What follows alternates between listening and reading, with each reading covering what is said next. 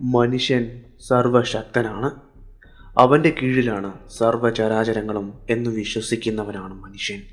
പ്രകൃതിയെ പോലും അവൻ ചൂഷണം ചെയ്യുന്നു. വനങ്ങൾ അവൻ കയ്യേറുന്നു.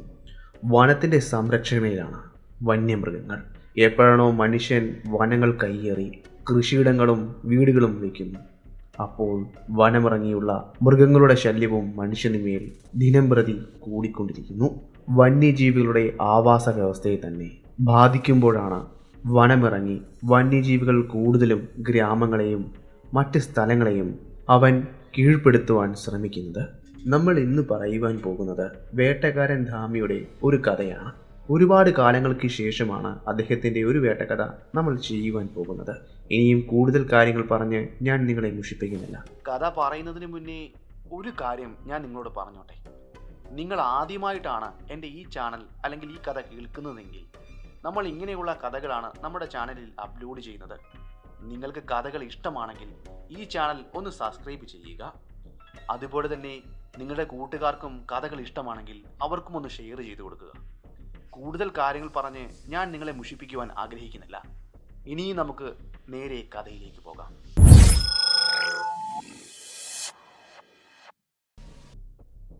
വനമിറങ്ങി ഗ്രാമത്തിലേക്കെത്തിയ ആ കൊമ്പൻ നിരവധി പേരുടെ ജീവനാണ് എടുത്തത്. ജാർഖണ്ഡിലും ബീഹാറിലുമായി നിരവധി ആളുകൾ കൊല്ലപ്പെട്ടു. എങ്കിലും ഏറ്റവും കൂടുതൽ ആളുകൾ മരിച്ചത് ജാർഖണ്ഡിലാണെന്ന് പറയാം. അവിടങ്ങളിലെ ഗ്രാമങ്ങളോട് ചേർന്ന് തന്നെയാണ് വനവും. വനത്തിൽ നിന്നും പല സാഹചര്യങ്ങളിലും വന്യജീവികൾ ഗ്രാമത്തിലേക്ക് ഇറങ്ങി വരുന്നത് പതിവാണ്. ആനകൾക്ക് ആവശ്യമായ ആഹാരം വനത്തിൽ നിന്ന് ലഭിച്ചില്ല എങ്കിൽ അവ വനം ഉപേക്ഷിച്ച് മനുഷ്യൻ കൃഷി ചെയ്യുന്ന കൃഷിയിടങ്ങളിലേക്ക് കടന്നു വരും, അവയ്ക്ക് ആവശ്യമായ ആഹാരങ്ങൾ എടുക്കുവാൻ വേണ്ടി. അതൊരു പക്ഷേ നമ്മളുടെ വിളകളായിരിക്കാം. അതുമാത്രമല്ല, പിന്നെ മറ്റൊന്ന്, കനത്ത വേനൽക്കാലത്ത് വനങ്ങളിലെ ജലസമ്പത്ത് കുറയുന്നത് വന്യമൃഗങ്ങളെ വനം വിട്ട് ഗ്രാമത്തിലേക്ക് വരുവാൻ പ്രേരിപ്പിക്കുന്നു. ഇവയെല്ലാം ഒരു പ്രധാന ഘടകമാണ്. പല സാഹചര്യങ്ങളിലും ആനകളും മറ്റ് മൃഗങ്ങളും അതുപോലെ തന്നെ അവ തിരിച്ചു പോയിട്ടുമുണ്ട്. എന്നാൽ അവിടെ നിന്നും എത്തിയ ഒരു കൊമ്പൻ അവൻ തിരികെ വനത്തിലേക്ക് പോകുവാൻ വിസമ്മതിച്ചു. കുറേ മാസങ്ങൾ ഗ്രാമത്തെ ചുറ്റിപ്പറ്റി അവൻ കറങ്ങി നടന്നു.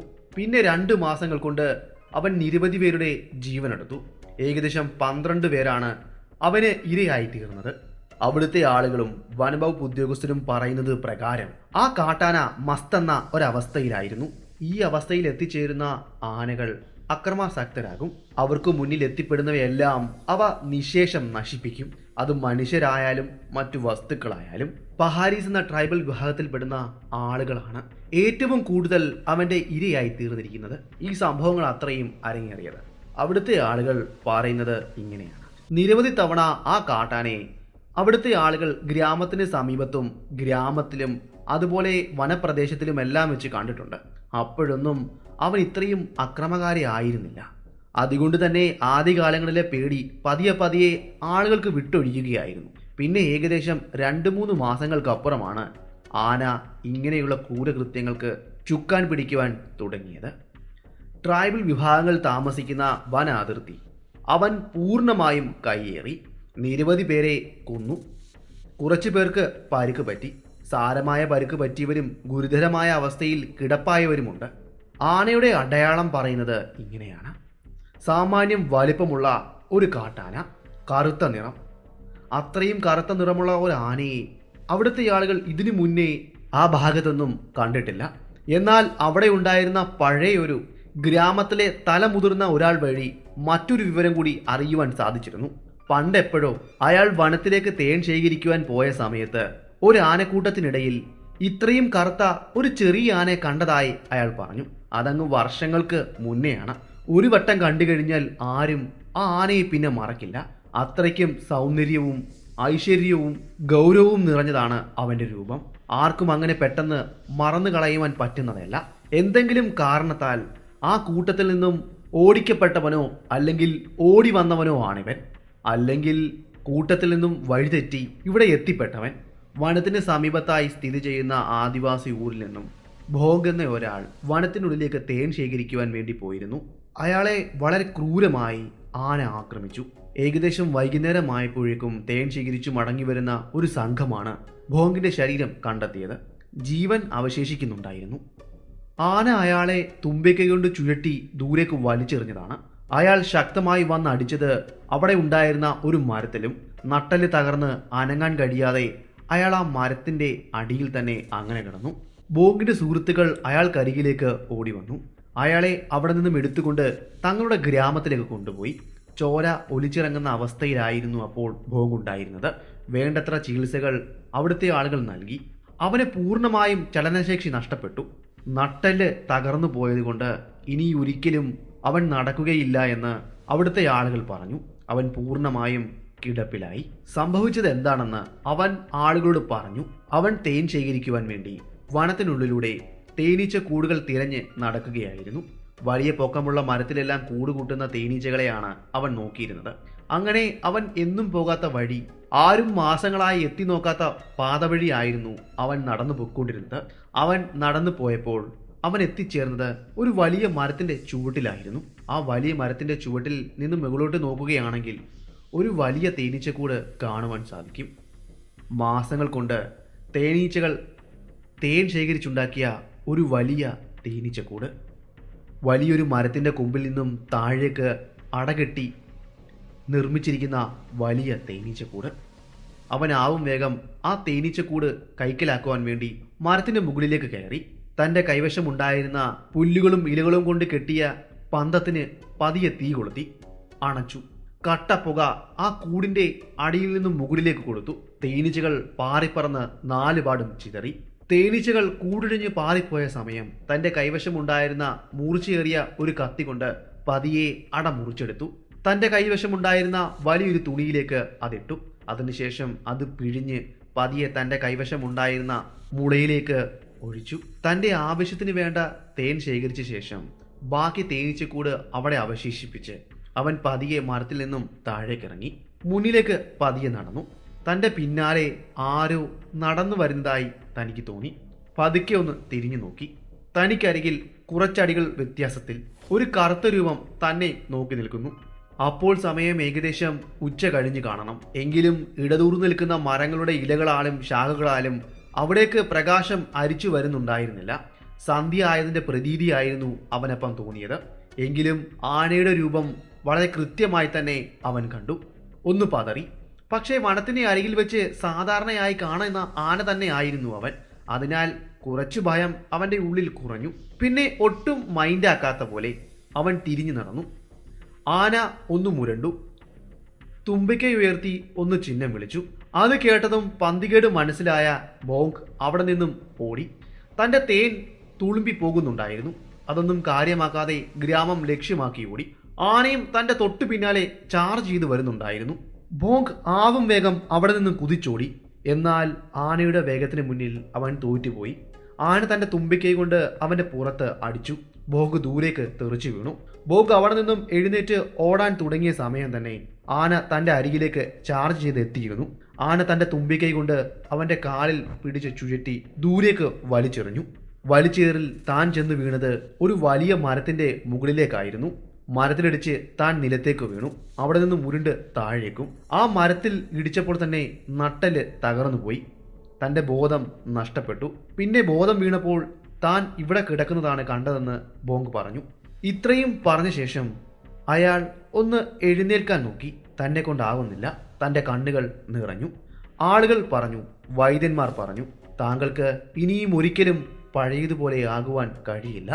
പരസഹായമില്ലാതെ അനങ്ങുവാനോ തൻ്റെ കാര്യങ്ങൾ നിർവഹിക്കുവാനോ കഴിയില്ല. ഇത്രയും കേട്ടതും ബോങ്ങിൻ്റെ കണ്ണിൽ നിന്നും കണ്ണുനീർ വരുവാൻ തുടങ്ങി. തന്നെ ഓർത്തല്ല, തൻ്റെ കുടുംബത്തെ ഓർത്തുകൊണ്ടാണ് അവൻ അങ്ങനെ കരഞ്ഞത്. കാരണം തനിക്ക് തൻ്റെ അമ്മ മാത്രമേ ഉള്ളൂ. തൻ്റെ അമ്മയെ പ്രായമായ സമയത്തും ബുദ്ധിമുട്ടിക്കുവാൻ താൻ ആഗ്രഹിക്കുന്നില്ല. ഇതോർത്തുകൊണ്ടായിരിക്കണം അയാൾ കരഞ്ഞത്. ഗ്രാമത്തിൻ്റെയും വനത്തിൻ്റെയും അതിലൂടെ കടന്നു പോകുന്ന പ്രധാന പാതയിലുമെല്ലാം അവൻ്റെ സാന്നിധ്യം തുടർച്ചയായി ഉണ്ടായിരുന്നു. ഗ്രാമത്തിൻ്റെ പാതയിൽ നിന്നും നേരെ പോകുന്ന കൊടിയ വളവുകളിലും മറ്റും അവൻ മറഞ്ഞിരിക്കുകയും അതുവഴി കടന്നു പോകുന്ന വാഹനങ്ങളെയും ആളുകളെയും അവൻ ഭയപ്പെടുത്തുകയും ചെയ്തിരുന്നു. ഭയപ്പെടുത്തുക മാത്രമല്ല, 2-3 പേരെ അവൻ കൊല്ലുകൂടി ചെയ്തു. അതിലെ ഒരു സംഭവം ഞാൻ പറയാം നിങ്ങളോട്. ഒരിക്കൽ മറ്റൊരു ഗ്രാമത്തിൽ നിന്നും ഇവിടേക്ക് പ്രധാന പാത വഴി ഒരാൾ കടന്നു പോകുകയായിരുന്നു. സമയം അപ്പോൾ സന്ധ്യയായി കാണണം. അയാളുടെ കൈവശം ഒരു ചെറിയ ടോർച്ച് മാത്രമാണ് ഉണ്ടായിരുന്നത്. അതും സിംഗിൾ സെല്ലിൽ പ്രവർത്തിക്കുന്ന ഒരു ചെറിയ ടോർച്ച്. അതിൻ്റെ മങ്ങിയ പ്രകാശത്തിന് എത്ര ദൂരം സഞ്ചരിക്കാനാകുമെന്ന് നിങ്ങൾക്ക് ഇപ്പോൾ മനസ്സിലായി കാണുമല്ലോ. അത്രയും ചെറിയ പ്രകാശം ഉപയോഗിച്ചുകൊണ്ടാണ് വനത്തിനരികിലൂടെ കടന്നു പോകുന്ന ആ പാത വഴി അയാൾ നടന്നു പൊയ്ക്കൊണ്ടിരുന്നത്. ഇങ്ങനെയുള്ള ഈ യാത്ര അദ്ദേഹത്തിന് പതിവാണ്. മിക്ക ആഴ്ചകളിലും അടുത്തുള്ള ഗ്രാമങ്ങളിലെല്ലാം പോയി തിരികെ മടങ്ങി വരുന്നത് ഈ സമയത്ത് തന്നെയാണ്. അങ്ങനെ തൻ്റെ ടോർച്ചിൻ്റെ മങ്ങിയ പ്രകാശത്തിൽ തൻ്റെ മുന്നിൽ തെളിഞ്ഞു വന്ന പാത വഴി അയാൾ തൻ്റെ ഗ്രാമം ലക്ഷ്യമാക്കി നടന്നു. അങ്ങനെ അദ്ദേഹത്തിൻ്റെ നടത്ത ഗ്രാമത്തിൻ്റെ കവാടത്തിൽ വന്ന് അവസാനിച്ചു. കുറച്ചു സമയം കൂടി കഴിഞ്ഞപ്പോൾ ഗ്രാമത്തെ ആകെ വിറപ്പിച്ചുകൊണ്ട് ഒരു നിലവിളി ഉയർന്നു കേട്ടു. ഒപ്പം ഒരു ആനയുടെ ചിഹ്നം വിളിയും. അത് കേട്ടുകൊണ്ടാണ് ഗ്രാമത്തിലെ ആളുകൾ ശബ്ദം കേട്ട സ്ഥലത്തേക്ക് പാഞ്ഞെത്തിയത്. തങ്ങളുടെ കൈവശം ഉണ്ടായിരുന്ന പന്തവും മറ്റും കൊളുത്തിക്കൊണ്ട് അവരവിടേക്ക് വരുമ്പോൾ കാണുന്ന കാഴ്ച എന്താണെന്നറിയണ്ടേ? അതിതാണ്. നമ്മൾ മുന്നേ പറഞ്ഞ ആ കാട്ടാന തൻ്റെ കൂർത്ത കൊമ്പുകൾ കൊണ്ട് ഒരാളെ കുത്തിപ്പൊക്കി നിർത്തിയിരിക്കുന്ന കാഴ്ചയാണ് കണ്ടത്. അതിനുശേഷം അവനെ കുടഞ്ഞ് താഴേക്കിടുകയും തുമ്പിക്കൊണ്ട് വലിച്ച് നിലത്തേക്ക് ആഞ്ഞടിക്കുകയും ചെയ്തു. പിന്നെ ആനയ്ക്ക് കൂടുതൽ കാര്യങ്ങൾ ചെയ്യുവാൻ അവിടെ ഉണ്ടായിരുന്നില്ല. അപ്പോഴേക്കും അവിടേക്ക് പല ഗ്രാമീണരും ഓടിയെത്തി. അവർ കത്തിച്ചു വെച്ച തീപ്പന്തം എടുത്ത് ആനയുടെ നേരെ വലിച്ചെറിഞ്ഞു. കത്തി വരുന്ന തീപ്പന്തം കണ്ടുകൊണ്ട് ഭയന്ന ആന തിരികെ വനത്തിലേക്ക് ഓടിമറഞ്ഞു. ഓടിമറയുമ്പോഴും അവന്റെ ചിഹ്നം വിളി അവിടെ ഉയർന്ന് കേൾക്കാമായിരുന്നു. ആനയുടെ ഇരയായി തീർന്ന അയാൾ മരണത്തിന് അപ്പോഴേക്കും കീഴടങ്ങി കഴിഞ്ഞിരുന്നു. അദ്ദേഹത്തിന്റെ കയ്യിൽ നിന്നും തെറിച്ചു വീണ ഒറ്റ ബാറ്ററിയുടെ ടോർച്ച് അപ്പോഴും ദൂരെ കിടന്ന് പ്രകാശിക്കുന്നുണ്ടായിരുന്നു. ആ പ്രകാശത്തിന് തന്റെ യജമാനന്റെ അരികിലേക്ക് എത്തിപ്പെടുവാൻ അപ്പോഴും സാധിക്കുന്നുണ്ടായിരുന്നില്ല. എന്താണ് ആ ഭാഗത്ത് നടന്നതെന്ന് ആർക്കും ഇതുവരെയും അറിയില്ല. എവിടെ നിന്നുമാണ് ആന വന്നതെന്നോ എങ്ങനെയാണ് അദ്ദേഹത്തെ ആക്രമിച്ചതെന്നോ ഒന്നും ആർക്കും അറിയില്ല. അയാൾ ഓടിയതിന്റെ യാതൊരു ലക്ഷണവും അവിടെ ഉണ്ടായിരുന്നില്ല. തന്റെ കൈവശത്ത് നിന്നും നിലത്തേക്ക് വീണ ടോർച്ച് അതിനൊരു ഉദാഹരണമാണ്. ഗ്രാമീണന്റെ മൃതദേഹം കടന്നിടത്തു നിന്നും ഏകദേശം 10-15 മീറ്റർ അകലെയായിട്ടാണ് തന്റെ ടോർച്ചും കിടന്നിരുന്നത്. അല്പസമയം കഴിഞ്ഞപ്പോഴേക്കും പൂർണ്ണമായും രക്തം അവിടെ മാകെ പടർന്നു. ആളുകൾ അദ്ദേഹത്തെ എടുത്തുകൊണ്ട് അടുത്തുള്ള വൈദ്യന്റെ അരികിലേക്ക് പോയിരുന്നു എങ്കിലും യാതൊന്നും ചെയ്യുവാനുണ്ടായിരുന്നില്ല. ധാരാളം രക്തം അപ്പോഴേക്കും വാർന്ന് പൂർണ്ണമായും അയാൾ മരണത്തിന് കീഴ്പ്പെട്ടിരുന്നു. ഗ്രാമത്തിലെ ആളുകൾ വാരിയെടുക്കുമ്പോൾ ചെറിയൊരനക്കം ഉള്ളിലുണ്ടായിരുന്നു. ഇപ്പോൾ അതും നിലച്ചിരുന്നു. ഞാൻ മുന്നേ നിങ്ങളോട് പറഞ്ഞല്ലേ, ഗ്രാമത്തിന്റെ പ്രധാന പാതയിൽ വലിയൊരു വളവുണ്ടെന്നും അവിടെ അവൻ സ്ഥിരമായി മറഞ്ഞു നിൽക്കാറുണ്ടെന്നും. അങ്ങനെ ഒരിക്കൽ അതുവഴി കടന്നുപോയ ഒരു ചെറിയ ലോറിയെ അവൻ ആക്രമിച്ചു. ഉച്ച സമയം ഗ്രാമത്തിലേക്ക് വന്നുകൊണ്ടിരുന്ന ഒരു ചെറിയ ലോറിയായിരുന്നു അത്. ഒന്നാം വളവ് കഴിഞ്ഞപ്പോൾ റോഡിന് നടുവിൽ നിൽക്കുന്ന ഒരു വലിയ കാട്ടാന. നമ്മൾ മുന്നേ പറഞ്ഞ ആ കറുത്ത ആന. ആ രൂപം കണ്ടപ്പോൾ തന്നെ ലോറിയിലുണ്ടായിരുന്ന ആ ഡ്രൈവർ ഒന്ന് വിറച്ചിരുന്നു. എങ്കിലും അയാൾ പതറാതെ വണ്ടി അവിടെ തന്നെ നിർത്തിയിട്ടു. ആനയ്ക്കാണെങ്കിൽ യാതൊരു കുലുക്കവുമില്ല. ലോറിക്കാരൻ എന്ത് ചെയ്യണമെന്ന് അറിയില്ല. അയാൾ പതിയെ പുറത്തേക്കിറങ്ങി. ആനയെ ഓടിക്കുവാൻ അയാൾ പല പണിയും നോക്കി. അവിടെ ഉണ്ടായിരുന്ന കമ്പുകൾ ആനയുടെ നേരെ വലിച്ചെറിഞ്ഞു. അത് ആനയെ പ്രകോപിതനാക്കി. അയാൾക്കരികിൽ നിന്നും ഏകദേശം 20 അടി അകലെ നിന്നിരുന്ന ആന അയാൾക്ക് നേരെ ചാർജ് ചെയ്തു വന്നു. ലോറി ഉപേക്ഷിച്ച് ആ ലോറി ഡ്രൈവർ ദൂരേക്ക് ഓടിയകന്നു. ലോറി ഡ്രൈവറെ കിട്ടാതായതോടെ ആനയ്ക്ക് കലിയുമിളകി. ആ വണ്ടി അതോടെ കുത്തിമറിച്ചു. തടി കൊണ്ട് നിർമ്മിച്ച ആ വണ്ടി പൂർണ്ണമായും ആന ചവിട്ടിപ്പൊളിച്ചു. പഴയ കാലത്തെ ലോറി എങ്ങനെയായിരുന്നുവെന്ന് ഞാൻ നിങ്ങളോട് പറയേണ്ട കാര്യമില്ലല്ലോ. പിന്നെ കുറേ ആഴ്ചകൾക്കപ്പുറം അതുവഴി കടന്നുപോയ ഒരു മോട്ടോർ കാറിന് നേരെ ഒരു തടി വലിച്ചെറിഞ്ഞു. ആ കാറ് പൂർണ്ണമായി തകരുകയും അതിലുണ്ടായിരുന്ന ഡ്രൈവർ മരിക്കുകയും ചെയ്തു. ഈ സംഭവങ്ങൾ അത്രയും അവന്റെ ഭാഗത്തു നിന്നും ഉണ്ടായതാണ്. അതുമാത്രമല്ല, അതുവഴി കടന്നു പോകുന്ന വഴിയാത്രക്കാരെ അവൻ ഭയപ്പെടുത്തുകയും അവർക്ക് പിന്നാലെ അവൻ ചിഹ്നം വിളിച്ചുകൊണ്ട് ഓടുകയും ചെയ്യും. ആയുസിന്റെ ബലം കൊണ്ട് ഒന്നുകൊണ്ട് മാത്രമായിരിക്കാം വഴിയാത്രക്കാർ അവന്റെ കയ്യിൽ നിന്നും ഓടി രക്ഷപ്പെട്ടു പോകുന്നത്. ഓട്ടത്തിനിടയിൽ കാല് തന്നെയോ മറ്റും നിലത്ത് വീണാൽ എന്താണ് ഉണ്ടാകാൻ പോകുന്നതെന്ന് ഞാൻ പറയേണ്ട കാര്യമില്ലല്ലോ. അങ്ങനെ ആ കാട്ടാനയുടെ ശല്യം വല്ലാതെ കൂടി വന്നപ്പോൾ അവിടുത്തെ വനംവകുപ്പ് ഉദ്യോഗസ്ഥർ ശ്രമിച്ചു. എന്നാൽ ഒന്നും അങ്ങോട്ട് ഫലം കണ്ടില്ല. ആനയെ പിടിക്കുന്നവർക്കുള്ള ഇനാമും കൂട്ടി. എന്നിട്ടൊന്നും അവനെ പിടിക്കുവാൻ ആരും ആ ഗ്രാമത്തിലേക്ക് വന്നില്ല. അങ്ങനെ വീണ്ടും ആനയുടെ ശല്യം വല്ലാതെ കൂടി വന്നപ്പോൾ വനംവകുപ്പ് ഉദ്യോഗസ്ഥർ മറ്റൊരു വേട്ടക്കാരന്റെ സഹായം തേടാൻ തീരുമാനിച്ചു. അയാൾക്ക് വേണ്ടി അവർ അവിടേക്ക് കത്തയച്ചു. കത്ത് വരുമ്പോൾ ഞാൻ ബാർഡിയാർ വനത്തിന് അരികിലായിരുന്നു. അവിടെ ഇറങ്ങിയിരുന്ന ഒരു കടുവയെ പിടിക്കുവാൻ വേണ്ടി പോയതായിരുന്നു. അങ്ങനെ അവിടുത്തെ ആളുകളെ വല്ലാതെ ശല്യം ചെയ്തുകൊണ്ടിരുന്ന ആ കടുവയെ പിടിച്ചതിന് ശേഷം ഞാൻ തിരികെ ക്യാമ്പിലേക്ക് വരുമ്പോൾ എന്നെ കാത്ത് അവിടെ ഒരു കത്ത് ഉണ്ടായിരുന്നു. അത് വന്നിരുന്നത് ജാർഖണ്ഡ് പ്രദേശത്ത് നിന്നുമായിരുന്നു. അവിടുത്തെ ആളുകൾക്ക് എന്റെ സഹായം ആവശ്യമുണ്ട് എന്ന് പറഞ്ഞായിരുന്നു ആ കത്ത് വന്നിരുന്നത്. ഞാൻ അവിടേക്ക് എത്തിയപ്പോൾ തന്നെ എനിക്ക് വേണ്ട സഹായങ്ങളെല്ലാം അവിടെയുള്ള ആളുകൾ ചെയ്തു വെച്ചിരുന്നു. 2-3 ആഴ്ച നീണ്ടുനിന്ന ആ വലിയ വേട്ടയ്ക്ക് ശേഷം ഒരു ദിവസത്തെ വിശ്രമം ഞാൻ എടുത്തു. ആ വിശ്രമത്തിന് ശേഷം പിറ്റേ ദിവസം തന്നെ ഞാൻ ജാർഖണ്ഡിലേക്ക് യാത്ര തിരിച്ചു. അവിടെ എത്തിയപ്പോൾ എനിക്ക് മറ്റൊരു കാര്യം അറിയുവാൻ സാധിച്ചു. ജാർഖണ്ഡ് പ്രദേശത്തു നിന്നും ആ കാട്ടാന ഇപ്പോൾ പോയിരിക്കുന്നത് ബീഹാറിലേക്കായിരുന്നുവെന്ന്. അവിടുത്തെ വനംവകുപ്പിന്റെ കീഴിലാണ് ഇപ്പോൾ അവൻ. അവിടെ അവനെ വെടിവെച്ച് കൊല്ലുവാനുള്ള യാതൊരു സാഹചര്യങ്ങളുമില്ല. രണ്ടും 2 വന അതിർത്തിയാണ്. എങ്കിലും കുറച്ച് ദിവസം ഞാൻ ജാർഖണ്ഡിലെ ആ ഗ്രാമത്തിൽ ചിലവഴിച്ചു. 2-3 ദിവസങ്ങൾക്കപ്പുറം ബീഹാറിലെ വനംവകുപ്പ് ഉദ്യോഗസ്ഥർ എന്നെ അവിടേക്ക് ക്ഷണിച്ചു. അത് എന്തിനാണെന്ന് നിങ്ങൾക്ക് മനസ്സിലായി കാണുമല്ലോ. ആ കാട്ടാന വീണ്ടും അവിടുത്തെ ഗ്രാമങ്ങളെ വല്ലാതെ ശല്യം ചെയ്യുവാൻ തുടങ്ങിയിരിക്കുന്നു. 2 പേരെ കൊലപ്പെടുത്തി. അങ്ങനെ അവിടെയും അവനെ കൊല്ലുവാനുള്ള ഉത്തരവ് കൊടുത്തു. അവിടുത്തെ ഫോറസ്റ്റ് ഉദ്യോഗസ്ഥരും അവനെ പിടിക്കുവാൻ ശ്രമിച്ചുവെങ്കിലും അവരും പരാജയപ്പെട്ടിരുന്നു. അങ്ങനെ ഞാൻ ജാർഖണ്ഡിൽ നിന്നും അവിടുത്തെ വനത്തോട് ചേർന്ന് നിൽക്കുന്ന ആ കാട്ടാന വരും എന്ന് പറയപ്പെടുന്ന ആ ഗ്രാമത്തിൽ ഞാൻ 2-3 ദിവസം തമ്പടിച്ചു. എന്നാൽ 2-3 ദിവസമായിട്ടും അവന്റെ യാതൊരു സാന്നിധ്യവും എനിക്ക് അറിയുവാൻ സാധിച്ചില്ല. അങ്ങനെ നിൽക്കുന്ന സമയമാണ് ഞാൻ ആദ്യം നിന്ന ഗ്രാമത്തിൽ നിന്നും ഒരു ദൂതൻ ഇവിടേക്ക് എത്തുന്നത്. വീണ്ടും ആ ഗ്രാമത്തിൽ അവൻ വന്നു എന്ന വാർത്ത പറയുവാൻ വേണ്ടിയായിരുന്നു അവർ എത്തിയത്. പിന്നെ ഞാൻ ഒട്ടും സമയം പാഴാക്കിയില്ല. ഞാൻ ആ ഗ്രാമത്തിലേക്ക് പുറപ്പെട്ടു. അങ്ങനെ 2-3 മാസങ്ങൾക്കപ്പുറം അവൻ കൊന്നവരുടെ എണ്ണം ഏകദേശം 12ആയി മാറി. അവൻ പോയി എന്ന് പറയപ്പെടുന്ന ആ വനത്തിലേക്ക് ഞാനും ഗ്രാമത്തിൽ നിന്നുമുള്ള ഒരു ട്രാക്കറുമായി പോയി. ആ കാട്ടാന ഗ്രാമത്തിന് സമീപത്ത് അവശേഷിപ്പിച്ച കാൽപ്പാടുകൾ പിന്തുടർന്നുകൊണ്ട് ഞങ്ങൾ വനത്തിലൂടെ യാത്ര ചെയ്തു. അതിമനോഹരമായ ഒരു വനം തന്നെയായിരുന്നു അത്. വനത്തിലേക്ക് കയറിയപ്പോൾ തന്നെ കുരങ്ങന്മാരുടെയും കേഴമാനങ്ങളുടെയും എല്ലാം ശബ്ദം ഞങ്ങളെ വല്ലാതെ ആകർഷിച്ചു. വനത്തിന്റെ ഉള്ളിലേക്ക് നടന്നു നീങ്ങുമ്പോൾ വനത്തിന്റെ കട്ടി വല്ലാതെ കൂടി വരുന്നതായി ഞാൻ അനുഭവിച്ചു. മരങ്ങൾ ഇടതൂർന്ന് വളർന്നു നിൽക്കുന്നു. കുറ്റിക്കാടുകളും മുളങ്കാടുകളും കാണുവാൻ സാധിച്ചു. അതെ, മുളങ്കാടുകളും ഈറ്റക്കാടുകളും. ആനകൾക്ക് ഏറ്റവും പ്രിയപ്പെട്ടതാണ് മുളങ്കാടുകൾ. അതിന്റെ സാന്നിധ്യമുള്ള സ്ഥലങ്ങളിൽ ആനകൾ ചുറ്റിപ്പറ്റി നിൽക്കും. അങ്ങനെ വീണ്ടും ഞങ്ങൾ മുന്നിലേക്ക് നടന്നു നീങ്ങി. മുളങ്കാടുകൾ പിന്നിട്ട് ഒരു മലഞ്ചരിവിലൂടെ നടന്നു. അതെത്തിച്ചേർന്നത് ഒരു വലിയ തടാകത്തിന്റെ അരികിലേക്കായിരുന്നു. ആ വലിയ തടാകത്തിന്റെ സമീപത്തും ഞങ്ങൾക്ക് ആനയുടെ കാൽപ്പാടുകൾ കാണുവാൻ സാധിച്ചു. അതെ, ഗ്രാമത്തിന് സമീപത്ത് കണ്ട ആനയുടെ കാൽപ്പാടുകൾ തന്നെയായിരുന്നു അത് എന്ന് അതിന്റെ വലിപ്പത്തിൽ നിന്നും എനിക്ക് മനസ്സിലാക്കുവാൻ സാധിച്ചു. അങ്ങനെ വീണ്ടും ഞങ്ങൾ മുന്നിലേക്ക് നടന്നു. ആന കുറച്ചു സമയം ഇവിടെ വിശ്രമിച്ചതിന്റെയും വെള്ളം കുടിച്ചതിന്റെയും പാടുകൾ അവിടെ അവശേഷിച്ചിരുന്നു.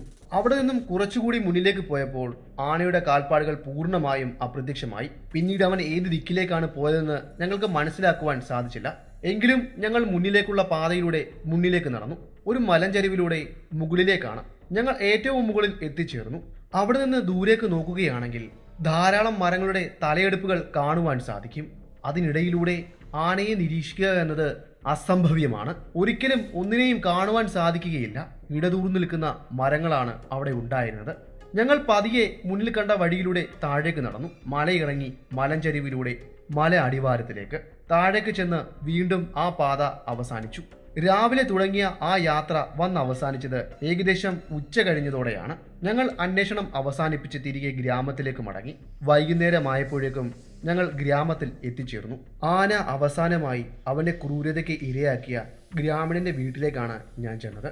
അയാൾക്ക് എന്താണ് സംഭവിച്ചതെന്ന് ഞാൻ തിരക്കി. ഗ്രാമത്തിൽ നിന്നും കുറച്ച് വടക്കോട്ട് മാറി ഉണ്ടായിരുന്ന ഒരു വലിയ പുൽമൈതാനത്തിൽ നിന്നുകൊണ്ട് അയാൾ പുല്ല് അരിഞ്ഞുകൊണ്ട് നിൽക്കുകയായിരുന്നു.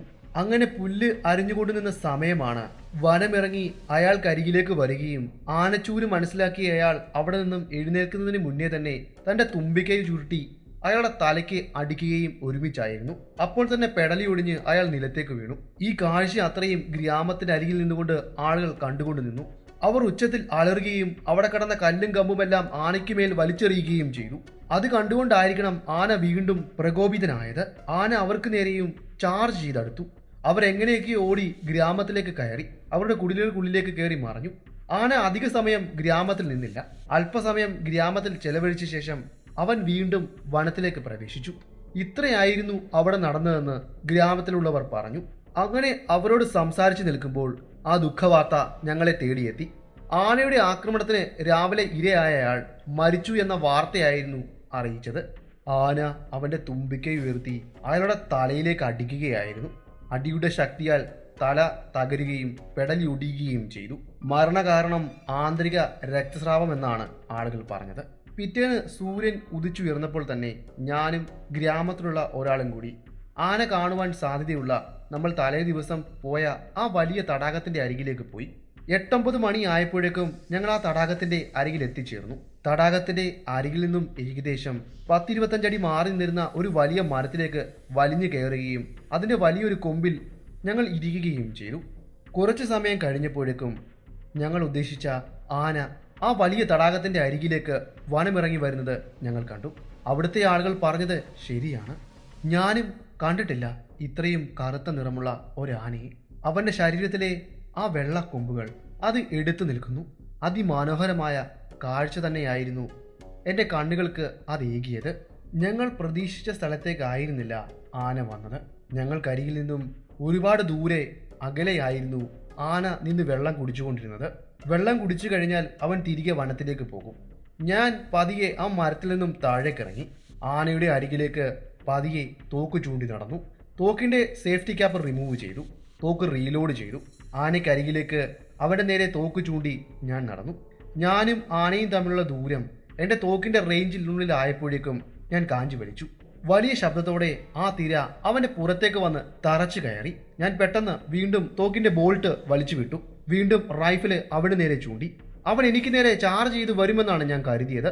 എന്നാൽ വെടിയുടെ ശബ്ദത്തിൽ അവൻ ആകെ ഭയന്നു പോയിരിക്കണം. അവൻ അവിടെ നിന്നും തിരികെ വനത്തിലേക്ക് ഓടി. ഞാൻ അവന്റെ പിന്നാലെയും. അങ്ങനെ ഞങ്ങൾ ഇരുവരും വനത്തിലൂടെ കുറേ ദൂരം മുന്നിലേക്ക് ഓടി. അവൻ കുറച്ചു ദൂരം ഓടിയതിനു ശേഷം അവന്റെ ഓട്ടം അവൻ അവസാനിപ്പിച്ചു. ഞാനും അവനും തമ്മിലുള്ള ദൂരം ഏകദേശം 30 അടി അകലെ മാത്രമായിരുന്നു. ഞാൻ അവന് നേരെ വീണ്ടും നിറയൊഴിക്കുവാൻ തുനിഞ്ഞ സമയം അവൻ എന്റെ സാന്നിധ്യം മനസ്സിലാക്കിയെന്ന പോലെ എനിക്ക് നേരെ തിരിഞ്ഞു. അവന്റെ തുമ്പിക്കൈ ഉയർത്തി ഒന്ന് ചിഹ്നം വിളിച്ചു. അതിനുശേഷം അവൻ എന്റെ അരികിലേക്ക് ചാർജ് ചെയ്തു വരുമെന്ന് ഞാൻ കരുതി. എന്നാൽ അവൻ പോയത് അവന്റെ ഇടതുവശത്തേക്കായിരുന്നു. ഇടതുവശത്തു കൂടി അവൻ വനത്തിനുള്ളിലേക്ക് ഓടി മറഞ്ഞു. ഞാനും അവന് പിന്നാലെ ഓടി. ഇപ്പോൾ ഞങ്ങൾ എത്തിച്ചേർന്നിരിക്കുന്നത് ഒരു വലിയ മുളങ്കാടിനുള്ളിലാണ്. ഈ മുളങ്കാടിനുള്ളിലൂടെ ആയിരിക്കണം അവൻ ഓടിയിരിക്കുക. അവിടെ കണ്ട കാൽപ്പാടുകൾ പിന്തുടർന്നുകൊണ്ട് ഞാൻ ഉള്ളിലേക്ക് പ്രവേശിച്ചു. ദൂരെ നിന്ന് എനിക്ക് ശബ്ദം കേൾക്കുവാൻ സാധിക്കുമായിരുന്നു. മുളകൾ ശരീരത്തിൽ ശക്തമായി വന്ന് അടിക്കുന്നതിൻ്റെയും വിട്ടകലുന്നതിൻ്റെയും. ഞാൻ ശബ്ദം കേട്ട ദിക്കിലേക്ക് ഓടി. ഇപ്പോൾ അവൻ്റെ കറുത്ത രൂപം എനിക്ക് കാണുവാൻ സാധിക്കും. ഞാൻ വീണ്ടും എൻ്റെ തോക്ക് അവിടേക്ക് ചൂണ്ടി നിറയൊഴിച്ചു. കൃത്യം അവൻ്റെ ശരീരത്തിലേക്ക് തിര വന്ന് തറച്ചു കയറിയിരിക്കണം. അവിടെ നിന്നും വീണ്ടും ഒരു ചിഹ്നം വിളി ഞാൻ കേട്ടു. ഇത്തവണ അവൻ അവൻ്റെ ഓട്ടം അവസാനിപ്പിച്ചിരുന്നു. അവൻ എനിക്ക് നേരെ തിരിഞ്ഞു, ചിഹ്നം വിളിച്ചു, കൊമ്പ് കുലുക്കി. എനിക്കതെല്ലാം വളരെ വ്യക്തമായി തന്നെ കാണുവാൻ സാധിക്കുന്നുണ്ടായിരുന്നു. പിന്നെ അവൻ എനിക്ക് നേരെ ചാർജ് ചെയ്തു വന്നു. അവൻ്റെ ശരീരത്തിൽ തട്ടി മുളകൾ 2 ഭാഗത്തേക്ക് വകുത്തുമാറി. ചിലത് ഒടിഞ്ഞു മാറി. എൻ്റെ റൈഫിൽ ഒന്നുകൂടി ശബ്ദിച്ചു. ഇത്തവണ എൻ്റെ തിര തറച്ചു കയറിയത് അവൻ്റെ മസ്തകത്തിനുള്ളിലൂടെ അവൻ്റെ തലച്ചോറിലേക്കായിരുന്നു.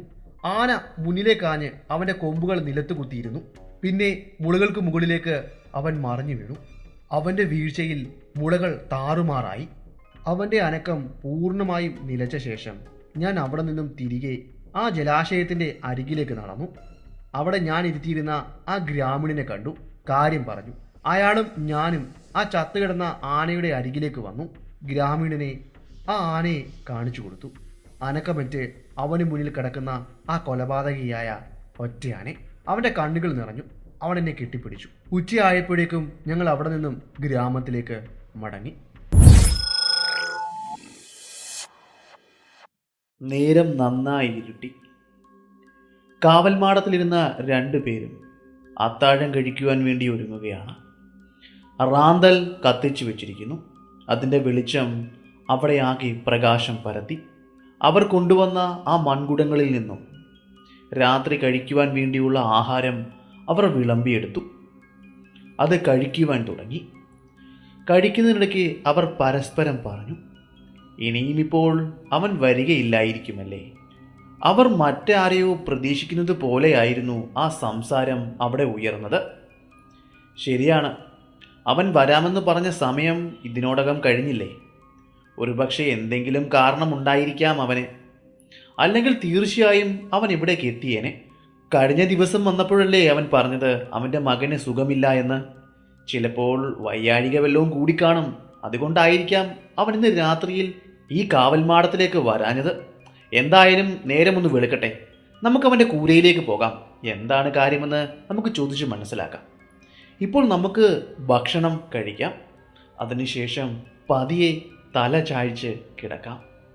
എനിക്കിന്നെന്താണെന്നറിയില്ല, വല്ലാതെ ഉറക്കം വരുന്നുണ്ട്. എന്തെങ്കിലും ശബ്ദം കേൾക്കുകയാണെങ്കിൽ നമുക്ക് എഴുന്നേക്കാം, എന്താണെന്ന് നോക്കാം. അവർ ഓരോ കാര്യങ്ങൾ പറഞ്ഞുകൊണ്ട് ഭക്ഷണം കഴിച്ചു. അതിനുശേഷം അവർ ഏറുമാടത്തിൽ അല്പസമയം ഇരിക്കുകയും കാവൽ നിൽക്കുകയും ചെയ്തു. റാന്തലിൻ്റെ വെളിച്ചം പതിയെ താഴ്ത്തുവാൻ തുടങ്ങി. ഇപ്പോൾ കാവൽമാടത്തിൽ ഒരു നുറുങ്ങുവെട്ടം മാത്രമാണ് ഉള്ളത്. അവർ ഇരുവരും താഴെയിരുന്നു. പതിയെ അവിടേക്ക് കിടന്നു. ഓരോ കാര്യങ്ങൾ അവർ സംസാരിച്ചു കൊണ്ടാണ് അവിടെ കിടക്കുന്നത്. കഴിഞ്ഞ വർഷം വനമിറങ്ങി വന്ന കാട്ടുപന്നികൾ നമ്മളുടെ വിളകളെല്ലാം ഒരുപാട് നശിപ്പിച്ചു. അതിൻ്റെ ഭാഗമായിട്ടല്ലേ ഗ്രാമത്തലവൻ പറഞ്ഞത് പ്രകാരം നമ്മൾ കാവൽമാടങ്ങൾ ഇവിടെ സ്ഥാപിച്ചത്. മാറി മാറി ആളുകൾ കാവൽ നിൽക്കുന്നുമുണ്ട്. ഇപ്പോൾ വിള ഏകദേശം പാകമായിരിക്കുന്നു. ഇനിയും ഏത് നിമിഷവും വനമിറങ്ങി വരുന്ന വന്യജീവികൾ നമ്മുടെ കൃഷിയിടത്തെ നശിപ്പിച്ചേക്കാം. എന്തെങ്കിലുമൊക്കെ ചെയ്യണം. കഴിഞ്ഞ വർഷം സംഭവിച്ച പോലെയുള്ള ഒരു നാശമുണ്ടാവാൻ നമ്മൾ അനുവദിക്കരുത്. സംഭവങ്ങൾ അപ്പോഴേ തന്നെ ഗ്രാമത്തിലുള്ളവരെ അറിയിക്കണം. പറ്റുവാണെങ്കിൽ തീപ്പന്തം കത്തിച്ച് അവരെ വിരട്ടി ഓടിക്കുവാനും നമുക്ക് കഴിയണം.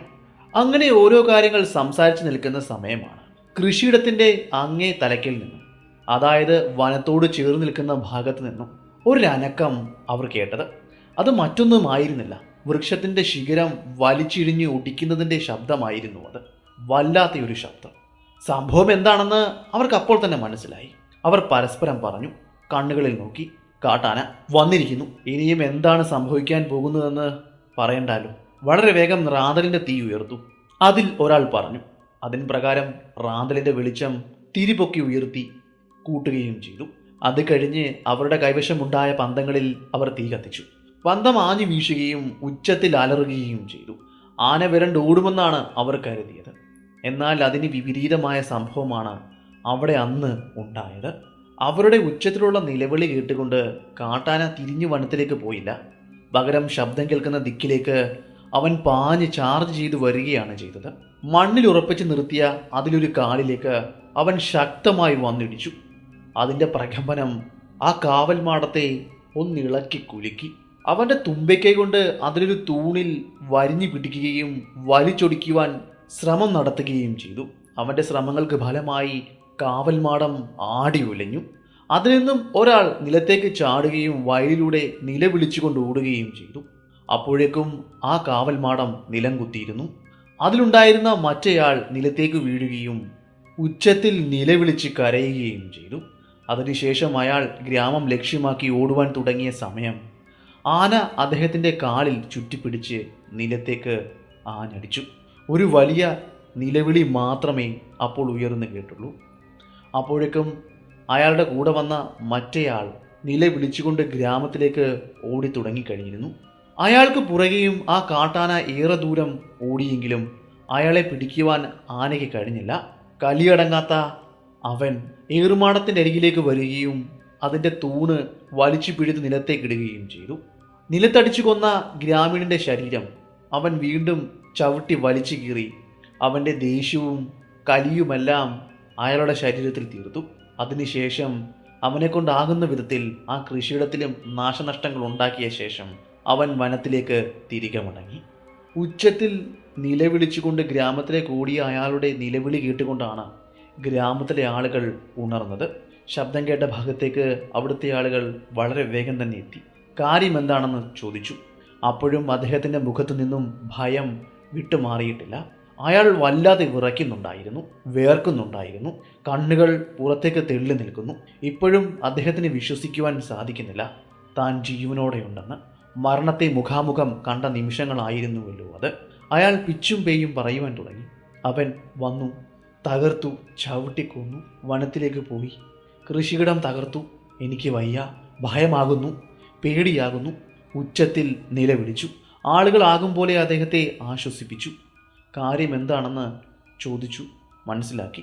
വനമിറങ്ങി വീണ്ടും ഒരു കാട്ടാന അവരുടെ ഗ്രാമത്തിന് സമീപത്തുള്ള ആ വയലിലേക്ക് വന്നിരിക്കുന്നു, കൃഷിയിടങ്ങൾ നശിപ്പിക്കുവാൻ വേണ്ടി. എന്നാൽ അവൻ്റെ ശത്രു മറ്റാരും ആയിരുന്നില്ല, മനുഷ്യൻ തന്നെയായിരുന്നു. പകരം വീട്ടുവാൻ വേണ്ടിയാണ് അവൻ ഇക്കുറി ഗ്രാമത്തിലേക്ക് എത്തിയിരിക്കുന്നത്. മനുഷ്യൻ അവനോട് കാണിച്ച ക്രൂരതയ്ക്ക് അവൻ പകരം വീട്ടുവാൻ തുടങ്ങിയിരിക്കുന്നു. ഗ്രാമത്തലവൻ പറഞ്ഞു, നമ്മൾ ഇന്ന് പറയുവാൻ പോകുന്നത് ഒരു ആനവേട്ടയുടെ കഥയാണ്. ആനമല തമ്പിയുടെ അതിസാഹസികമായ ഒരു വേട്ടക്കഥയിലേക്ക് നമുക്ക് സഞ്ചരിക്കാം. കർണാടകയിലെ ഭദ്രാവനത്തിനും ലക്കവള്ളി എന്ന സ്ഥലത്തിനും ഏകദേശം അടുത്തായിട്ടാണ് തേവരഹള്ളി എന്ന ഈ ഗ്രാമം സ്ഥിതി ചെയ്യുന്നത്. കൃഷിയും മത്സ്യബന്ധനവും എല്ലാമാണ് ഇവിടുത്തെ ആളുകളുടെ പ്രധാന ഉപജീവന മാർഗം. നമ്മൾ ഇന്ന് പറയുവാൻ പോകുന്ന ഈ കഥയിലെ കാട്ടാന ഒരിക്കലും ഒരു കാട്ടാന ആയിരുന്നില്ല. മനുഷ്യൻ പണ്ടങ്ങോ പിടികൂടി മെരുക്കിയെടുത്ത് നാട്ടാനയാക്കി മാറ്റിയ ആനയായിരുന്നു. പിന്നീട് എപ്പോഴോ അവൻ മനുഷ്യനുമായി തെറ്റിപ്പിരിഞ്ഞ് അടുത്തുള്ള ഭദ്രാവനത്തിലേക്ക് പോകുകയും മനുഷ്യനോടുള്ള പ്രതികാരം വീട്ടുവാൻ വേണ്ടി ഇടയ്ക്കിടയ്ക്ക് അതിൻ്റെ സമീപപ്രദേശങ്ങളുള്ള ഗ്രാമത്തിലേക്ക് വരികയും ആളുകളെ ഭയപ്പെടുത്തുകയും കൃഷിയിടങ്ങൾ തച്ചു തകർക്കുകയും ചെയ്തു. അവനെ സംബന്ധിച്ചിടത്തോളം മനുഷ്യരും അവരുടെ കൃഷികളും എല്ലാം അവന് വളരെ നിസ്സാരമായി നശിപ്പിക്കുവാൻ ഉതകുന്നവയായിരുന്നു. മനുഷ്യൻ്റെ ഉച്ചത്തിലുള്ള നിലവിളിയോ തീപ്പന്തങ്ങളോ ഒന്നും തന്നെ അവനെ ഭയപ്പെടുത്തുവാൻ പോകുന്നവയായിരുന്നില്ല. അവൻ ഏകദേശം 12-14 വയസ്സുള്ളപ്പോഴാണ് വനത്തിൽ നിന്നും അവനെ പിടികൂടി നാട്ടിലേക്ക് കൊണ്ടുവന്നത്. ആദ്യകാലങ്ങളിലെല്ലാം അവനെ ഉപയോഗിച്ചിരുന്നത് ടിമ്പർ ജോലികൾക്കായിരുന്നു. തടി പിടിക്കുവാനും തടി വലിച്ചു കൊണ്ടുപോകുവാനും എല്ലാമായിരുന്നു അവനെ ഉപയോഗിച്ചു കൊണ്ടിരുന്നത്. അവൻ്റെ പാപ്പാൻ പലപ്പോഴും അവനെ ക്രൂരമായി മർദ്ദിച്ചിരുന്നു. അപ്പോഴൊന്നും അവൻ ആരെയും ഒന്നും ചെയ്യുവാൻ തുനിഞ്ഞില്ല. മതപ്പാടുള്ളപ്പോൾ മാത്രമാണ് അവൻ്റെ അരികിൽ ആളുകൾക്ക് പോകുവാൻ ഭയം തോന്നിയിട്ടുള്ളത്. അല്ലാത്തപ്പോൾ മനുഷ്യരെ അവനൊന്നും തന്നെ ചെയ്തിട്ടില്ല. എന്നാൽ ഒരിക്കൽ ടിമ്പർ പണിക്ക് വേണ്ടി അവനെ വനത്തിനുള്ളിലേക്ക് കൊണ്ടുപോയതായിരുന്നു പാപ്പാനും അയാളുടെ ശിഷ്യനും കൂടി.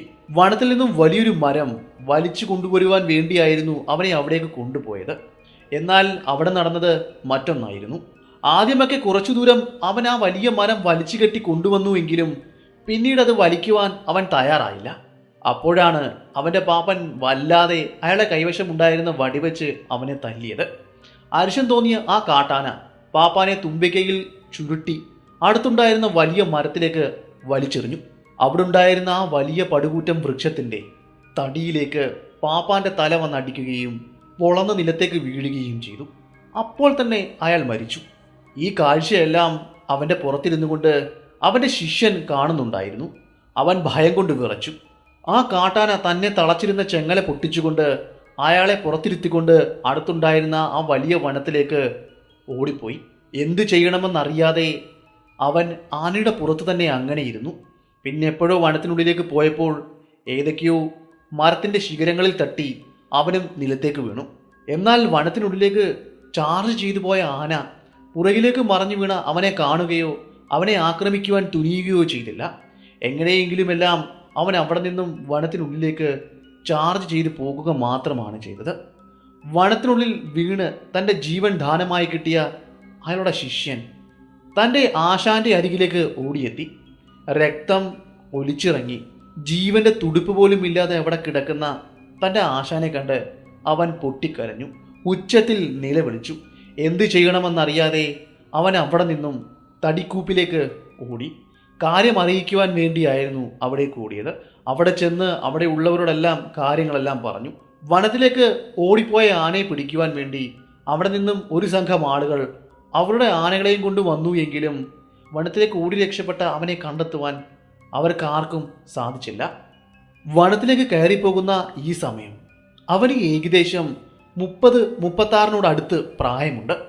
ഒത്ത വലിപ്പവും നീളൻ കൊമ്പുകളും അസാമാന്യമായ ധൈര്യവും ബുദ്ധിയും അവനുണ്ടായിരുന്നു. അവൻ ഏറ്റവും കൂടുതൽ സഹകരിച്ചിട്ടുള്ളത് മനുഷ്യനോടാണ്. മനുഷ്യരോട് ഇടപെട്ടത് കൊണ്ടായിരിക്കാം അവൻ്റെ ബുദ്ധിഭൈവവും കൂട്ടിയത്. പിന്നെ ആഴ്ചകളോളം വനത്തിലേക്ക് കയറിപ്പോയ ആനയുടെ യാതൊരു വിവരങ്ങളും ആർക്കും തന്നെ ലഭിച്ചില്ല. പിന്നെ ആഴ്ചകൾക്കപ്പുറം വനത്തിനരികിലുള്ള പല ഗ്രാമങ്ങളിലും ആനയുടെ സാന്നിധ്യം, അതായത് അവിടുന്ന് ഓടിപ്പോയ ആ ആനയുടെ സാന്നിധ്യം ഉണ്ടായതായി പലരും പറയുകയുണ്ടായി.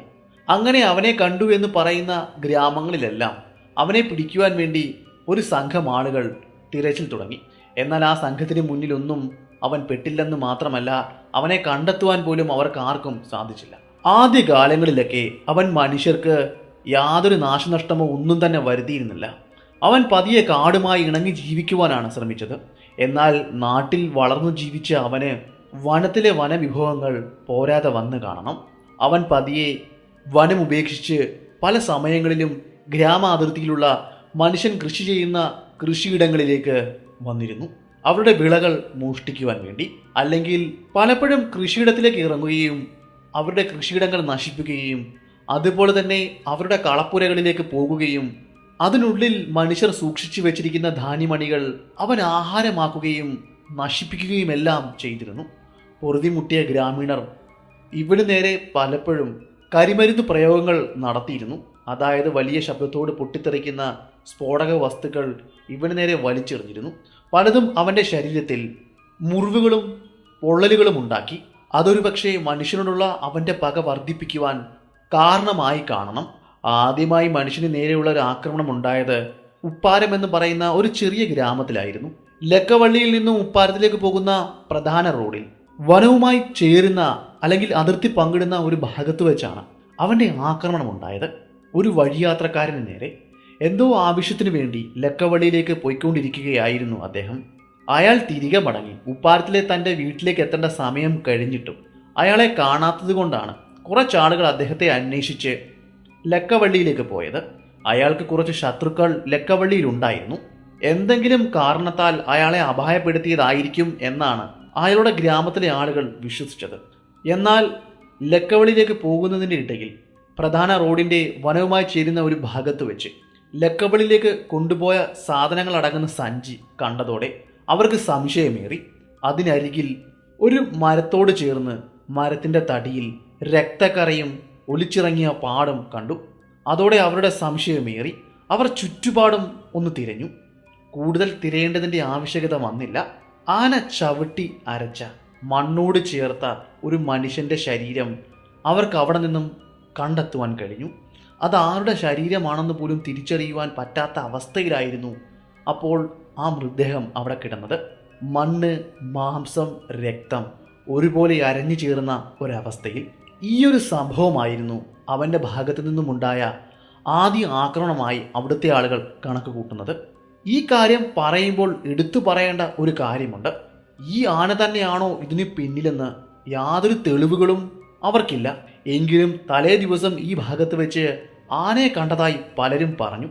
അതിന് പ്രകാരമാണ് ഇതിന് പിന്നിലെ കൊലയാന അവൻ തന്നെയാണെന്ന നിഗമനത്തിൽ അവിടുത്തെ ആളുകൾ എത്തിച്ചേർന്നത്. ലക്കവള്ളിയിലെ എൻ്റെ ഒരു സുഹൃത്തിനെ കാണുവാൻ വേണ്ടി വന്നതായിരുന്നു ഞാൻ. അപ്പോഴാണ് ഈ സംഭവത്തെപ്പറ്റിയും ഈ ആനയെപ്പറ്റിയുമുള്ള വിവരം ഞാൻ അറിയുന്നത്. വളരെ വിശദമായി തന്നെ ആനയെപ്പറ്റി ഞാൻ തിരക്കി.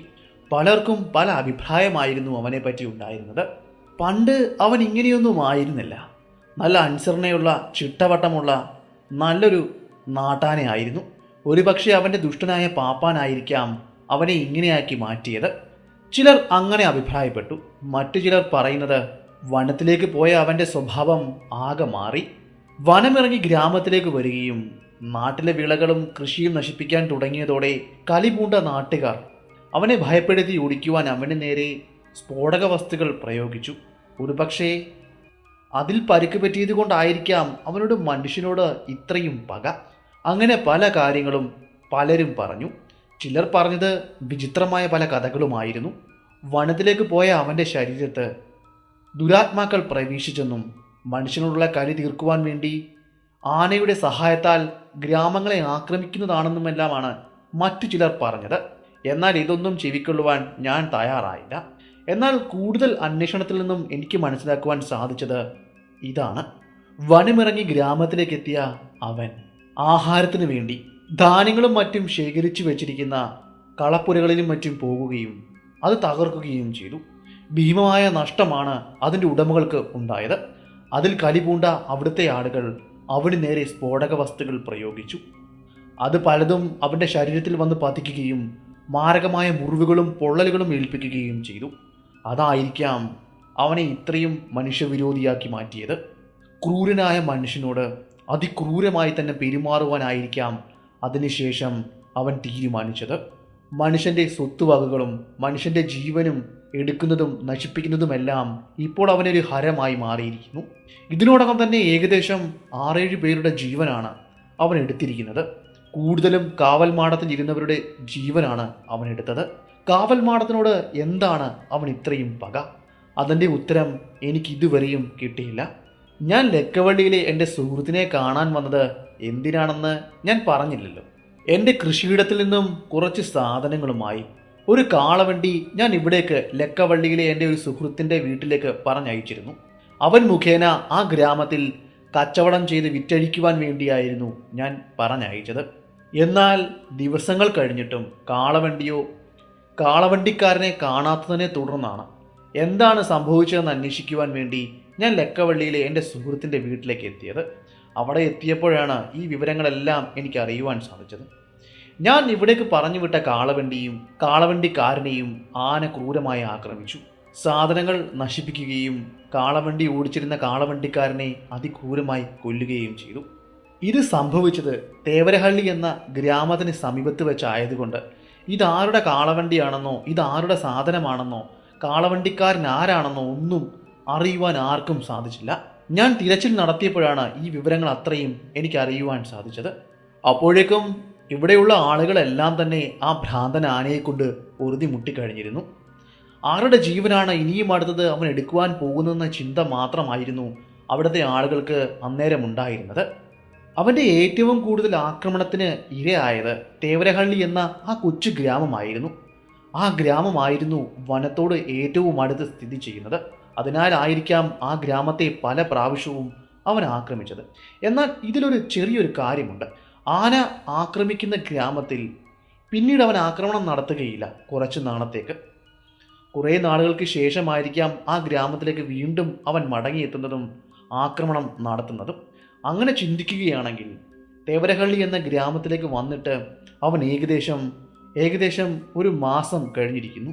അവിടുത്തെ ആളുകൾ പറഞ്ഞത് പ്രകാരമാണെങ്കിൽ അവൻ ഉറപ്പായും തേവരഹള്ളി ഇനിയും കടന്നു പോകുന്ന ഏതെങ്കിലും നാളുകളിലൊന്നിൽ വരികയും ചാർജ് ചെയ്യുകയും അവിടുത്തെ ഗ്രാമീണരെ ഭയപ്പെടുത്തുകയും ചെയ്യും.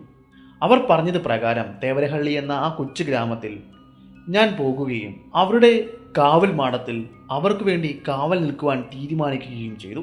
അവിടെ അന്ന് അരങ്ങേറിയ സംഭവത്തിന് ശേഷം ആ കാവൽ മാടത്തിലേക്ക് പോകുവാൻ ആളുകൾ വല്ലാതെ ഭയന്നിരുന്നു. അതിന് ഒരു പരിഹാരം കാണുവാൻ വേണ്ടിയും ആനയെ പിടികൂടുവാൻ വേണ്ടിയുമാണ് ഞാൻ ആ കാവൽ മാടത്തിലേക്ക് പോയത്. അവിടുത്തെ ഗ്രാമീണരുടെ സഹായത്തോടെ ആ കാവൽ മാടത്തിൻ്റെ ആ വലിയ മരത്തൂണുകൾ അതിശക്തമായി മണ്ണിലേക്ക് അടിച്ചുറപ്പിക്കുകയും അല്പം കൂടി ഉയരത്തിൽ കുറച്ചുകൂടി ബലപ്പെടുത്തിയുള്ള ഒരു കാവൽമാടം സ്ഥാപിക്കുകയും ചെയ്തു.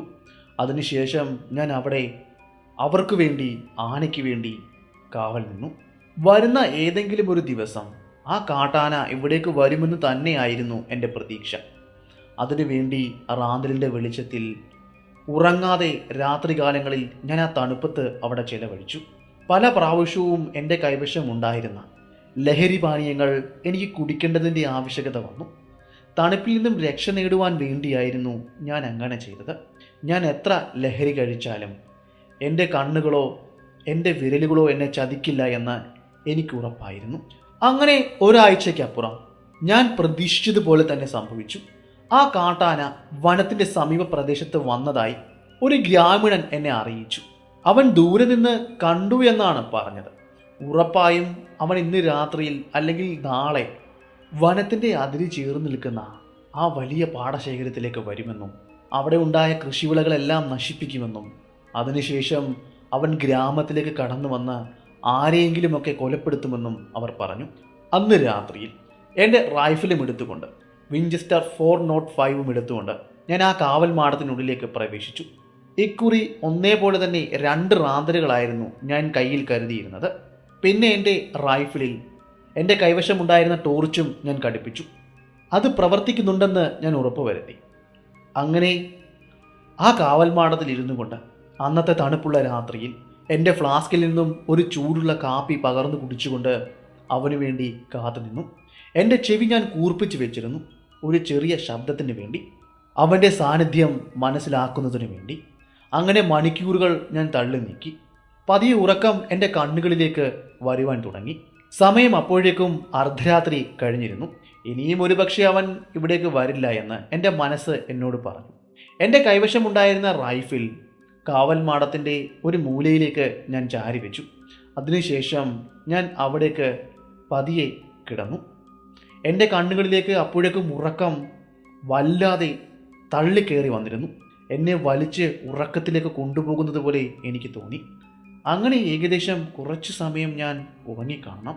വലിയൊരു ശബ്ദം കേട്ടാണ് ഞാൻ ഉണർന്നത്. അത് മറ്റൊന്നുമായിരുന്നില്ല, ഒരു കാട്ടാനയുടെ വലിയൊരു ചിഹ്നം വിളിയും കാവൽ മാടത്തിൻ്റെ ആ വലിയ മരത്തൂണിൽ ആഞ്ഞിടിക്കുന്നതിൻ്റെ പ്രകമ്പനവുമായിരുന്നു. മൂലയിൽ ചാരി വെച്ചിരുന്ന എൻ്റെ റൈഫിൾ നിലത്തേക്ക് വീണു. ഞാൻ ചാടി എഴുന്നേറ്റു. വല്ലാതെ ആടി ഉലയുന്നുണ്ടായിരുന്നു കാവൽ മാടം. എന്നാൽ ഉറച്ച തൂണുകൾ ആ കാവൽ മാടത്തെ സംരക്ഷിച്ചു നിർത്തുമെന്ന് എനിക്ക് ഉറപ്പുണ്ടായിരുന്നു. ഞാൻ ആ റാന്തലിൻ്റെ വെളിച്ചം കൂട്ടി. വലിയൊരു പ്രകാശം തന്നെയായിരുന്നു അവിടെ ആകെ പരന്നത്. ആ പ്രകാശത്തിലൊന്നിൽ ആനയുടെ നിഴൽ എനിക്ക് കാണുവാൻ സാധിച്ചു. കാവൽ മാടത്തിൻ്റെ ഒരു തൂണിൽ അവൻ അവൻ്റെ തല കൊണ്ട് കുത്തി മറിക്കുവാൻ നോക്കുകയാണ്. ഞാൻ പതിയെ എഴുന്നേറ്റ് എൻ്റെ തോക്ക് ഞാൻ മുറുക്കെ പിടിച്ചു. കാവൽ മാടത്തിൻ്റെ വെളിയിലേക്ക് ഞാൻ നോക്കി. ആനയുടെ വലിയ ശരീരം എനിക്ക് കാണുവാൻ സാധിക്കും. അവൻ്റെ തുമ്പിക്കൈ ഇപ്പോൾ കാവൽ മാടത്തിൻ്റെ മുകളിലേക്ക് ഉയർന്നു വരുന്നുണ്ട്.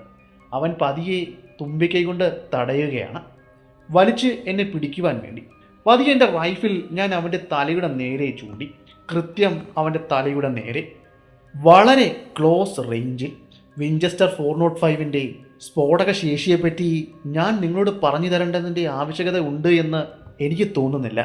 അവൻ്റെ തലയും എൻ്റെ തോക്കിൻ്റെ ബാരലും തമ്മിലുള്ള വ്യത്യാസം ഏകദേശം 5 അടിയിൽ താഴെയാണ്. ഞാൻ നിങ്ങളോട് മുന്നേ പറഞ്ഞല്ലോ, അവൻ്റെ തുമ്പിക്കൈ കൊണ്ട് എന്നെ അവൻ തപ്പി തടയുകയാണ്. അവൻ്റെ തുമ്പിക്കൈ ഇപ്പോൾ നീണ്ടു നിൽക്കുന്നത് ഞാൻ നിൽക്കുന്ന കാവൽ മാടത്തിൻ്റെ ആ പ്ലാറ്റ്ഫോമിലാണ്. അവനവിടെ തടഞ്ഞുകൊണ്ടിരിക്കുകയാണ് എൻ്റെ കാലിന് വേണ്ടി, അല്ലെങ്കിൽ എന്നെ അവിടെ നിന്ന് വലിച്ച് താഴേക്കിടുവാൻ വേണ്ടി.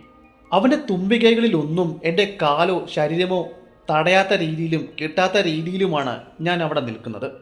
എനിക്ക് നല്ല ഉറപ്പാണ്, അവന് കൃത്യമായി തന്നെ എന്നെ കാണുവാൻ സാധിക്കുന്നുണ്ട്. എൻ്റെ തോക്കിൻ്റെ തുമ്പ് അവന് തലയുടെ നേരെ ചൂണ്ടി നിൽക്കുന്നത് ഒരു പക്ഷേ അവന് കാണുവാൻ സാധിച്ചിട്ടുണ്ടായിരിക്കില്ല. ഞാൻ എൻ്റെ കാഞ്ചിന്മേൽ വിരലമർത്തി. പിന്നെ ഒട്ടും വൈകിയില്ല. അവൻ്റെ തുമ്പിക്കൈ എൻ്റെ ബൂട്ടിന് സമീപത്തെത്തിയതും ഞാൻ കാഞ്ചി വലിച്ചു. വലിയൊരു സ്ഫോടന ശബ്ദവും തീപ്പൊരിയും ആനയുടെ കണ്ണുകളിൽ എനിക്ക് കാണുവാൻ സാധിച്ചു. തോക്കിൻ്റെ തുമ്പിലെ വെടി ഉതിർത്തപ്പോഴുണ്ടായ ആ സ്ഫോടനത്തിലും ആ പ്രകാശത്തിലും ആനയുടെ ശരീരം വളരെ വ്യക്തമായി ഞാൻ കണ്ടു. തിര കൃത്യം അവൻ്റെ തലയോട്ടി തകർത്തുകൊണ്ട് അവൻ്റെ മസ്തിഷ്കത്തിനുള്ളിലേക്ക് തുളഞ്ഞു കയറി കാണണം. ആ നിമിഷം അവൻ്റെ കണ്ണുകളിലെ തീഷ്ണതയും കത്തിജ്വലിക്കുന്ന പകയും പ്രതികാരവും ഞാൻ കണ്ടിരുന്നു. അതിനുശേഷം എല്ലാം കെട്ടണഞ്ഞ് കാവൽ മാടത്തിന് അരികിലേക്ക് അവൻ ചരിഞ്ഞു വീണു. അവൻ്റെ തുമ്പിക്കൈയുടെ അനക്കം പൂർണ്ണമായും നിലച്ചു. അവൻ്റെ കണ്ണുകളിൽ നിന്നും കണ്ണുനീര് ഒലിച്ചിറങ്ങുന്നുണ്ടായിരുന്നു. റാന്തല് എടുത്തുകൊണ്ട് ഞാൻ നിലത്തേക്ക് ഇറങ്ങി. അവൻ്റെ അരികിലേക്ക് ചെന്നു. അവനെ ഒന്ന് പരിശോധിച്ചു. കാലുകളിൽ കെട്ടിയിട്ടിരുന്ന ചെങ്ങലകൾ പൊട്ടിച്ചതിൻ്റെ പാട്, അവൻ്റെ കാലുകളിലെ മുറിപ്പാട്, അവൻ്റെ ശരീരത്തിലേറ്റ പൊള്ളലിൻ്റെ പാട്, മറ്റു മുറിപ്പാടുകളെല്ലാം വളരെ വ്യക്തമായി തന്നെ ആ റാന്തലിൻ്റെ വെളിച്ചത്തിൽ എനിക്ക് കാണുവാൻ സാധിച്ചു. അവൻ്റെ കണ്ണുകളിൽ നിന്നും കണ്ണുനീര് നിലത്തേക്ക് ഒലിച്ചിറങ്ങുന്നുണ്ടായിരുന്നു. അവൻ്റെ അനക്കം പൂർണ്ണമായും നിലച്ചു എന്ന് എനിക്ക് മനസ്സിലായി. ജീവൻ്റെ ഒരു അംശം പോലും അവൻ്റെ ശരീരത്തിൽ ഇപ്പോൾ അവശേഷിക്കുന്നില്ല. വെടിയുടെ ഉഗ്രമായ സ്ഫോടന ശബ്ദം കേട്ടുകൊണ്ടായിരിക്കണം ഗ്രാമത്തിലെ ആളുകൾ തീപ്പന്തം കത്തിച്ചുകൊണ്ട് കൃഷിയിടങ്ങൾക്കിടയിലൂടെ ഇരച്ചു പാഞ്ഞെത്തിയത്. വെടിയുടെ ശബ്ദം കേട്ട് ഏകദേശം 10-15 മിനിറ്റുകൾക്കകം ഗ്രാമത്തിലുണ്ടായിരുന്നവരെല്ലാം തന്നെ ആനയ്ക്ക് ചുറ്റും കൂടി. അവർ ആനന്ദ നൃത്തമാടുകയും എന്നെ സന്തോഷപൂർവ്വം കെട്ടിപ്പിടിക്കുകയും ആലിംഗനം ചെയ്യുകയും എല്ലാം ചെയ്തു. ഇതിനു മുന്നേയും പല വേട്ടക്കാരും ഇവനെ പിടിക്കുവാൻ വേണ്ടി പല കെണികളും ഒരുക്കിയതാണ്, വനത്തിലേക്ക് തേടിപ്പോയതുമാണ്. എന്നിട്ടൊന്നും അവർക്കവനെ കാണുവാനോ പിടികൂടുവാനോ അവന് നേരെ ഒരു നിറ പോലും ഒഴിക്കുവാനോ സാധിച്ചില്ല. എന്നാൽ താങ്കൾ അവനെ കൊന്നിരിക്കുന്നു. ഗ്രാമത്തലവൻ അയാളോട് പറഞ്ഞു. എങ്ങനെയാണ് ഞങ്ങളുടെ സന്തോഷം നിങ്ങളെ അറിയിക്കേണ്ടത്? അറിയില്ല. ഈ കാട്ടാനയെ ഒരു കൊലപാതകയായി ഇവിടുത്തെ ഉദ്യോഗസ്ഥർ, ഗവൺമെൻറ് അധികാരികൾ പ്രഖ്യാപിച്ചപ്പോൾ തന്നെ പലരും ഇവനെ പിടിക്കുവാൻ വേണ്ടി ഇവിടേക്ക് എത്തിയതാണ്. എന്നാൽ ആർക്കും അതിന് സാധിച്ചില്ല. ഞങ്ങളുടെ ഒരു വിധിയായിട്ടാണ് ഞങ്ങൾ ഇതിനെ കണ്ടത്. എന്നാൽ നിങ്ങൾ ഞങ്ങളെ രക്ഷിച്ചിരിക്കുന്നു. നമ്മുടെ ഇന്നത്തെ കഥ ഇവിടെ കൊണ്ട് അവസാനിക്കുകയാണ്. ഞാൻ ഇന്ന് പറഞ്ഞ ഈ ചെറിയ കഥ നിങ്ങൾക്ക് ഇഷ്ടമായെങ്കിൽ ചാനൽ സബ്സ്ക്രൈബ് ചെയ്യുന്ന കാര്യം ഒന്ന് പരിഗണിക്കുക. അതുപോലെ നിങ്ങളുടെ ഇഷ്ടം കമൻറ്റിലൂടെയും ലൈക്കിലൂടെയും അറിയിക്കുക. അപ്പോൾ പുതിയൊരു വീഡിയോയിൽ അടുത്ത ദിവസം വരുന്നതായിരിക്കും. അതുവരെ ഗുഡ് ബൈ.